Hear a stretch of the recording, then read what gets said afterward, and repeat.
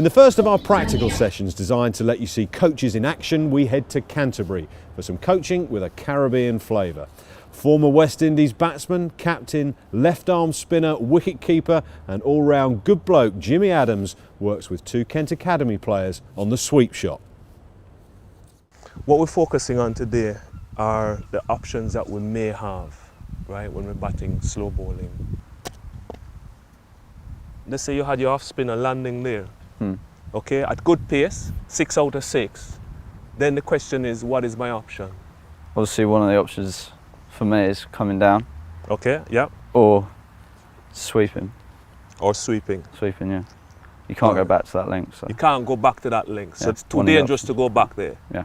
Right, so we've narrowed it down. We're looking at two options, advancing and sweeping. Yeah. What is the potential effect on the bowler bowling to us? Change their line. Change their line or length. Change of line or length, which then could lead to more scoring opportunities. And that is why the good players of spin bowling are able generally to do both fairly well. Advanced play and sweep.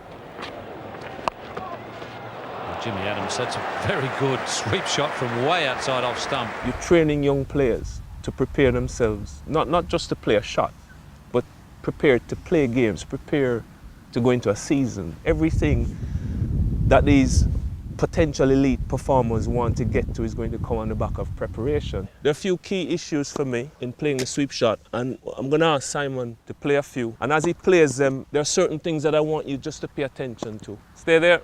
Okay, don't move. Just give me your observations. Tell me what you see. Head still. Head still. Yeah. Strong base. Strong to base. hit from, yeah. Push against me. Push against me. It is a strong base. I didn't take your word for it. Yeah. Why am I emphasizing the base? Simply because he's balanced. Yeah. After hitting the shot, he hasn't fallen over. What's the direction of the base? Forward down the wicket. Forward down the wicket. Where is his head in relation to his front knee? Over the front knee. Just in front. Just in front. Okay. So we're trying to generate some power through the shot. Tell me what you notice about the hands and the arms going through the shot.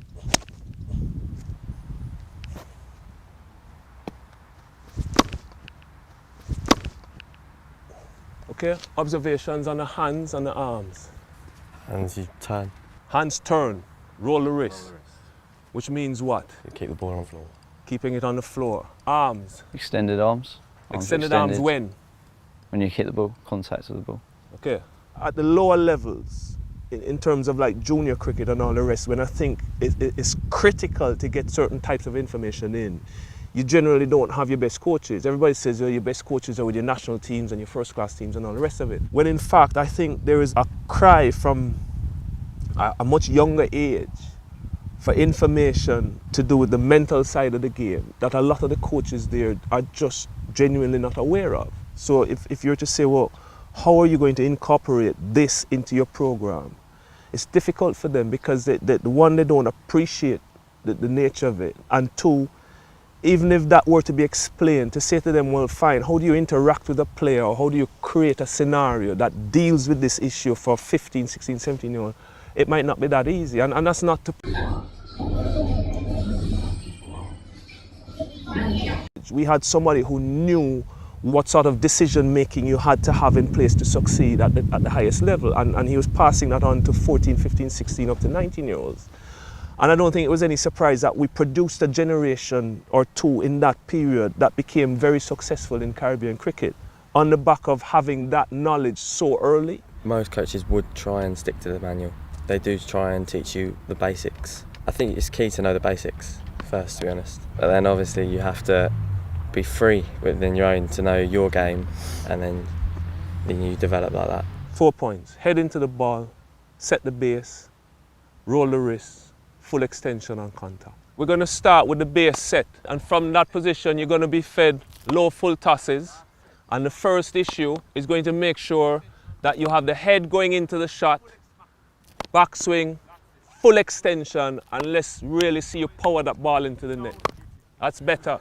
Ready? Good. Beautiful shot. Can we keep it down? Keep going. Good shot. If you finish hitting that shot and you can stay in the shot, it generally means your base is pretty good. So you're very, very balanced and in a strong position to get power through that shot. Okay, you're not wobbling all over the place. All right, which tells me that the base is a good base for this shot. I've never really played the sweep much in games, so working on it with Jimmy was really good. And just nailing the technique really helps you with confidence and then decision making in the game. Arms extended. Good. Keep rolling those wrists, son. Good. Put this back. Put it back. Good. Right, just to show you the difference, push against me. Do you see the difference? Right, it's a shot for power. Power comes from a base. So sometimes you need to make sure that that base isn't too small, so you lose out on power. Okay? If you have a strong base, even if you don't hit it quite right, you still hit it pretty well. The base is key, and if you don't have the base, you won't execute. Ready? Very good. Head coming into the ball nicely. That's it, son. Good. Roll those wrists. Full extension. Excellent. I need to find a way to get them to understand that if your arms aren't extended, you don't have any power. How do I explain that to them? So that when they actually, if I'm not there and the mums or the sisters are feeding the tennis ball, at the very least, if they're repeating a process, they're doing it well, they're repeating the right things, so they get to that end point quicker. From here, the next level up is going to be similar sort of feed. It's going to be a little bit higher, but on a length, and you're going to start from your regular stance. You're going to go down into the sweep shot, play the sweep shot. So there are a few issues that we're going to have to take into consideration. The timing of the ball coming to us, and to make sure critically that that back knee is down just before we make contact, because the base equates to more power. Once we've played the shot, we should be perfectly balanced. That would be a good indication of how well we've played the shot. You generate power from the base that you have set. The question is, do you have a stronger base if you have the back knee just before impact, not on the ground? So your base in effect becomes the back foot and the front foot. The mere fact that if you stay in that position, you can push a player over in any direction tells me that you could make good contact, and if you place it, you're going to get runs. But I'm looking 10 years down the line when you have to win a game with maximum, you have to clear that rope, and you're going to clear that rope on having a very, very strong base. When you play it well, it actually goes down just before contact. That's my gut feeling, and until somebody can prove it wrong, that'll be me. Beautiful.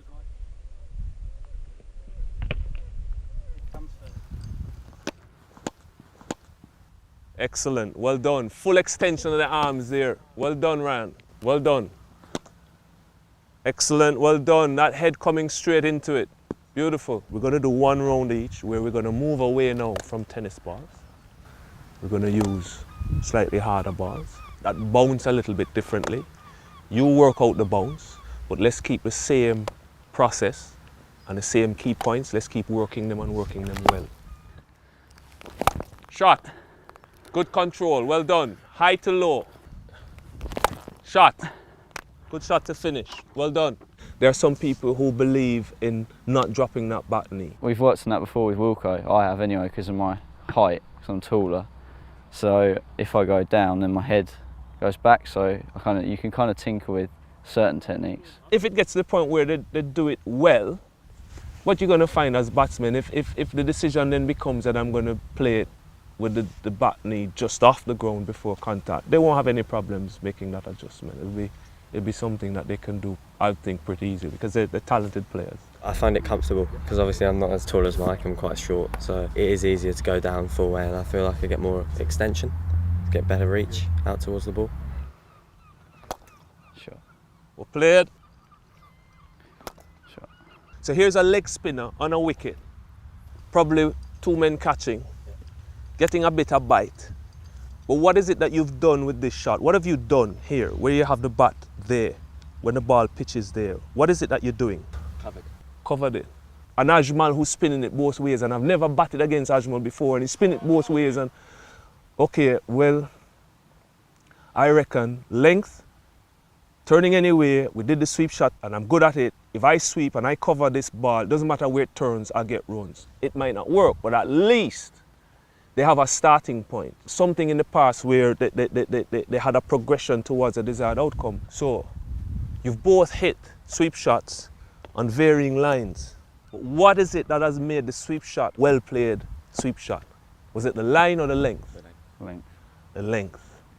And you're seeing that when you have it covered, it's almost as if where it is turning is almost irrelevant. So now you're beginning to understand the importance of length. It's a shot played to length. The point I want to make is you spend, relatively speaking, a short space of time learning to play any shot. You will spend the rest of your lives learning when to play it. Because the big issue from here is not, can I sweep? The big issue is going to be, When you sweep. when do I sweep? So from here, we're going to finish out the session where we're going to use a machine, which at the best of times is a variable instrument with variable outcomes, and the decision is going to be yours. It's not going to be a sweep every ball. What you're going to do is to have a look, weigh your options, play your percentages.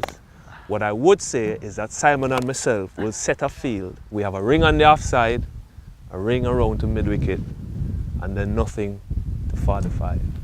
Decision-making time. Played, son. So the decision is, have I got the length? And then the technical side is, can I play it well enough under a little bit of pressure? Because the decision-making adds a little bit of pressure to it.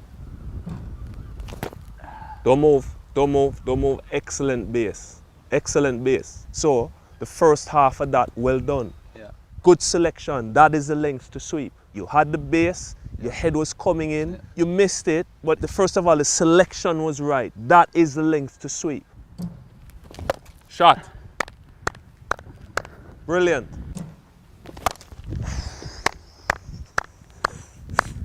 Good shot. Good shot. Shot. Played. Good shot. Head going into it. Good. Shot.